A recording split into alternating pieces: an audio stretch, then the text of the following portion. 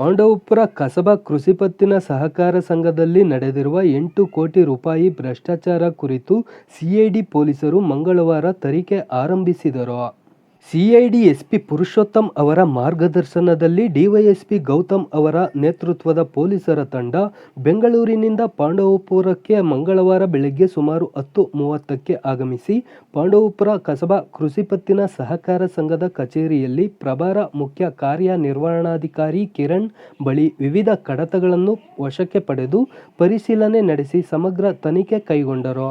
ಈ ವೇಳೆ ಸಂಘದ ಅಧ್ಯಕ್ಷ ಬಿಎನ್ ಯೋಗೇಶ್, ಸಂಘದ ಕೆಲವು ನಿರ್ದೇಶಕರು, ಸ್ಥಳೀಯ ಪೊಲೀಸ್ ಠಾಣೆಯ ಸಬ್ ಇನ್ಸ್ಪೆಕ್ಟರ್ ಉಮೇಶ್ ಹಾಗೂ ಸಂಘದ ಪ್ರಭಾರ ಮುಖ್ಯ ಕಾರ್ಯನಿರ್ವಹಣಾಧಿಕಾರಿ ಕಿರಣ್ ಹಾಗೂ ಸಿಬ್ಬಂದಿ ವರ್ಗದವರು ಹಾಜರಿದ್ದರು.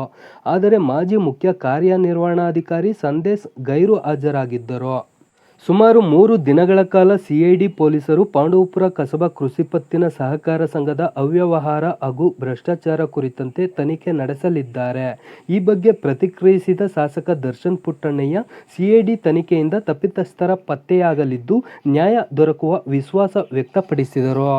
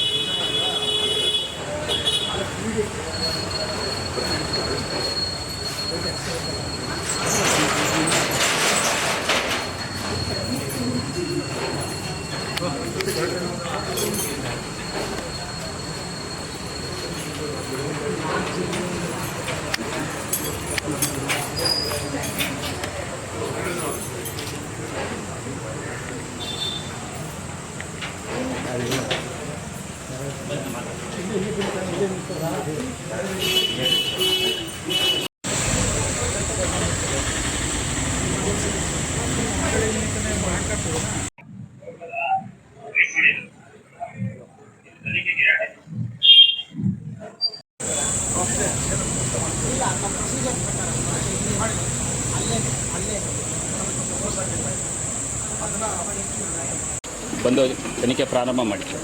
ಸದೇ ಈಗ ನಿಮ್ಗೆ ಗೊತ್ತಿರೋಂಗೆ ಇಲ್ಲಿ ಸುಮಾರು 8 ಕೋಟಿ 7.5 ಕೋಟಿ 8 ಕೋಟಿ ಅಷ್ಟು ಅವ್ಯವಹಾರ ಆಗಿರೋಂಥದ್ದು ಈಗಾಗಲೇ ನಿಮಗೆಲ್ಲ ಗೊತ್ತಿರೋಂಥದ್ದೇ. ಇಲ್ಲಿ ನಮಗೇನು ಬೇಜಾರು ಅಂತ ಹೇಳಿದ್ರೆ ಪಿಕ್ನಿಕ್ ಕಟ್ಟಿದ್ದವರು ಅಂತ ಹೂ ಮಾರಿ ತರಕಾರಿ ಮಾರಿ ಇಲ್ಲೆಲ್ಲ ಕಟ್ಟಿದ್ರು. ಅದನ್ನು ಎಲ್ಲ ದುಡ್ಡನ್ನು ತಗೊಂಡ್ಬಿಟ್ಟಿದ್ದಾರೆ ಮತ್ತು ಬೇರೆ ರೈತರದ್ದು ದುಡ್ಡೆಲ್ಲ ತಗೊಂಡ್ಬಿಟ್ಟಿದ್ದಾರೆ. ಅದನ್ನು ನಾವು ಸರಿಪಡಿಸ್ಬೇಕು. ಅದಕ್ಕೆ ಕಂಪ್ಲೇಂಟನ್ನು ಕೊಟ್ಟಿದ್ವಿ. ಅದಾದ ನಂತರ ಏನು ಪೊಲೀಸ್ ಡಿಪಾರ್ಟ್ಮೆಂಟಿಂದ ಸಿಐಡಿ ಡಿಪಾರ್ಟ್ಮೆಂಟ್ಗೆ ಹೋದ ವಾರ ವರ್ಗಾವಣೆ ಆಗಿತ್ತು. ಇವತ್ತು ಇಲ್ಲಿ ಏನು ಕಸಬಾ ಸೊಸೈಟಿಯಲ್ಲಿ ಜನರು ಬಂದು ಸಿಐಡಿ ಅಫಿಷಿಯಲ್ಸ್ ಒಂದು 10-12 ಜನ ಬಂದಿರಬೇಕು.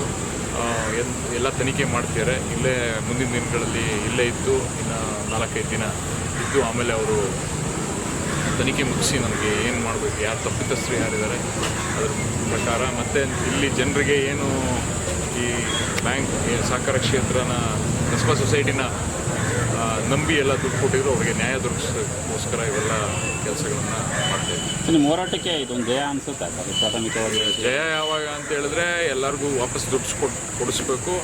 ಅದಾದ ನಂತರ ಮುಂದಕ್ಕೆ ಸೊಸೈಟಿ ಸರಿಯಾಗಿ ನಡ್ಕೊಂಡು ಹೋಗ್ಬೇಕು. ಆವಾಗ